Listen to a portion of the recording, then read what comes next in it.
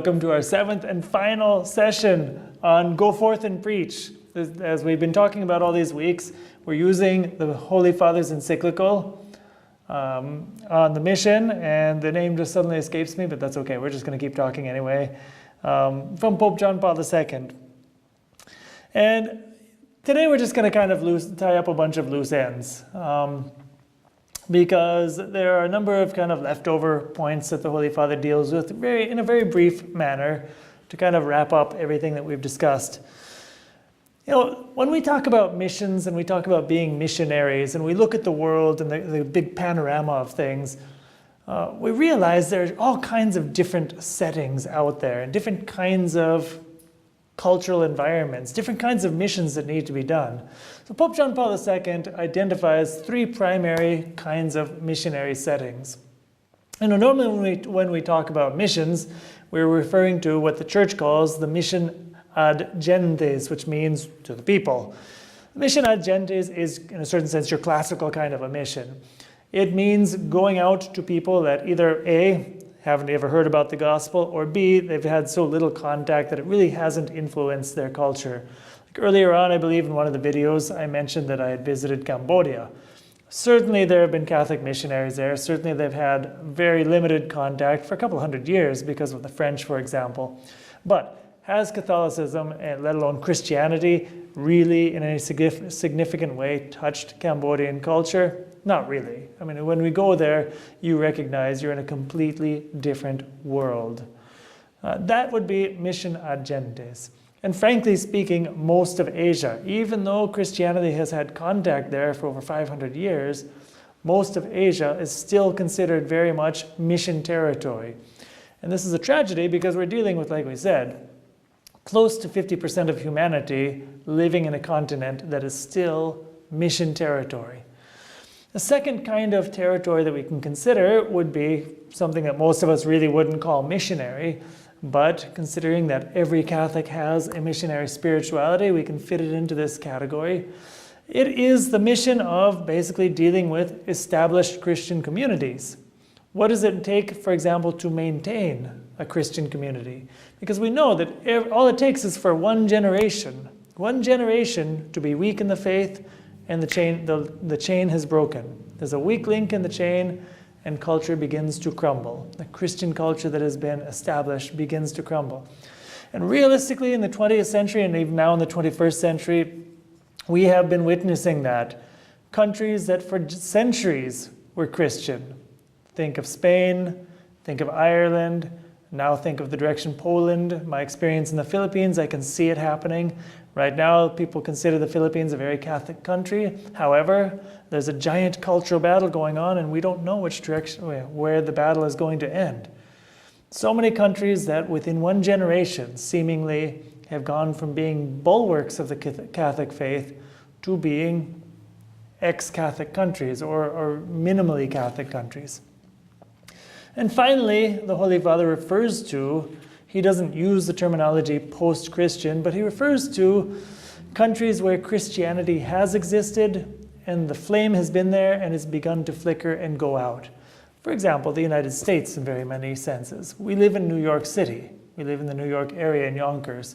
Of course, Christianity exists here. Of course, I mean, when you're in St. Peter's, you wouldn't probably think of this being, in any sense, post-Christian, right? However, are we truly a Catholic culture?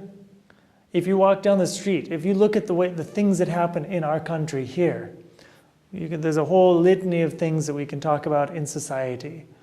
The euthanasia decisions, the abortion battles, the list goes onward. So many different issues we can deal with. Is this truly a Christian culture? In these kind of countries, for example, usually the countries of the Western tradition, Europe and North America, for example, the Holy Father refers to the need for a new kind of evangelization, it's a re-evangelization, he calls it. He refers to it frequently in his following works as the new evangelization. It's going to be different, obviously, than dealing with people that simply have never even had contact with Christianity. One group of people has a totally different mindset. They need to be convinced with the grace of God, but they still need to be convinced according to cultural categories that they understand. What happens when you have people who think that we've already tried out Christianity and it didn't work? There's already there's a completely different set of baggage, if you want, of prejudices there that need to be dealt with. Certainly they still think in the traditional Christian categories because culture has moved in that direction, but there are going to be baggage issues. There's going to be a series of, as we said, prejudices that need to be overcome. So this is going to require a new evangelization. All of these three kinds of settings, each of them requires a different kind of a missionary approach. Now, I think we recognize there are always going to be challenging places. There are always going to be places where Christianity, where Christ, where the church are not accepted. We don't have to use too much imagination, for example, to think of what are those places today. I mean, communist China, most Islamic countries. There are a number of settings where Catholicism in particular, or Christianity in general, are not going to be accepted. And just as in the days of the Roman Empire, when Christians were being thrown to lions for their faith, to be a Catholic or to be a Christian and stand up and practice could and very likely will cost you your lives. We need a generation of missionaries who are going to be able to be those, in a certain sense, if necessary, to be the martyrs, to be the martyrs. And we need to be men and women who pray every single day for those people who are living in those conditions and for those missionaries who place themselves in those conditions. That God will protect them, that God will grant his blessing upon them, that God will grant fruitfulness for the conversion of those cultures. However, like I said, in our world, let's take, for example, the United States. We can take, for example, the New York area. We have already discussed there's a different kind of an evangelization that needs to take place. What are going to be the principles for this new evangelization? Well, we know that the categories, the way of thinking of the people is going to be different. We know that there are going to be certain prejudices of people who think we've already tried this morality of Christianity and it just doesn't work. So we need to learn how to speak the language of the people. And that's why the Holy Father refers to the fact that, going back to an image of St. Paul. When St. Paul went to Athens, he went to the most famous place where the philosophers would gather together and discuss and debate. It was called the Aereopagus. And St. Paul gave a very beautifully laid out, beautifully constructed speech in defense of Christianity, in defense of Christ and the resurrection, which humanly speaking really didn't have too much success. But St. Paul was somebody who was willing to take the faith to the Aereopagus, to the cultural center of the day. What are today's cultural centers? Where is society and culture being made? Well, John Paul II, this is back in the 90s, but he referred to, for example, the world of the mass media. News, television, cinema, for example. And certainly those still have huge validity today. The real cultural Aereopagus. However, I'm going to point out another one which didn't really exist, practically speaking, when the encyclical was written. Social media. Today's world, especially for young people, is dominated by social media. And this is, perhaps more than anything else, the great cultural Aereopagus. Now, what can we do to evangelize that world?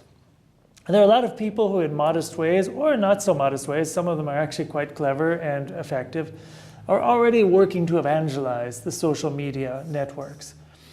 Whenever I open up Facebook, because of the particular set of friends that I have, I'm perpetually receiving memes or messages or pictures with some sort of Christian message. And that's beautiful. And that's that's the category that a lot of our kids think in. That's a way that the messages, that the Word of God can be transmitted to today's culture. We need to be men and women who learn how to dominate this cultural Aereopagus. Another area that we can look at is going to be really the same things as always. At its root, wherever there's true conversion, wherever there's true missionary work, it's always going to be the same fundamental principles at the base. Are we men and women who pray? Are we men and women who live the life of grace? Are we men and women who give credible witness of holiness of life, an attractive lifestyle? Are we men and women who, as the Holy Father pointed out earlier, who give ourselves in service to one another, and finally, who are active in the church? When our families are living in prayer, in service, and actively engaged in the church, we know there's going to be a missionary impetus. We know that there are going to be missionary vocations as well coming forth. We know that this is the best way that we can raise our kids to become true missionaries in the faith. And this is, before we finish, we're speaking of the life of grace. Well, there's one person who is critical to all of this, and we haven't really spent much time talking about her. It's Our Lady. John Paul II, we know, is a great devotee of the Blessed Virgin Mary. And what better way to conclude this series, and what better set of hands to put our faith and put our mission into than the hands of the Blessed Virgin Mary? I want you to imagine a scene. When the Americas were discovered by Europeans, immediately the Spanish and Portuguese, they sent over Christian missionaries with a very authentic and noble desire to evangelize. And the frailes, the friars who came over, largely Franciscans, Dominicans, there were some Jesuit priests and what have you, Augustinians, they came over and they gave their hearts, they gave their souls, they gave their blood, and they had very little success. Until one day when the Blessed Virgin Mary appeared to an Indian man named Juan Diego, and the rest is history. When the Blessed Virgin Mary, Our Lady of Guadalupe, appeared to Juan Diego, she appeared in a language using imagery that the Indian people understood immediately, that they embraced. And what hundreds of missionaries were not capable of doing over decades of time, the Blessed Virgin Mary accomplished within a few years. Within one generation, the Mexican people had been largely evangelized and remained that way to this day because of the figure of the Blessed Virgin Mary. She is the great apostle. She is the great missionary par excellence. And there is no missionary effort that will ever have success without her accompaniment. So as we conclude this series, let's place ourselves into the hands of the Blessed Virgin Mary. I would say especially taking the patronage of Our Lady of Guadalupe, patroness of the Americas, the greatest missionary figure in history. Let's ask her to bless us, to bless our church, to bless our family, and to grant us each the same kind of missionary heart that she herself has. God bless you all.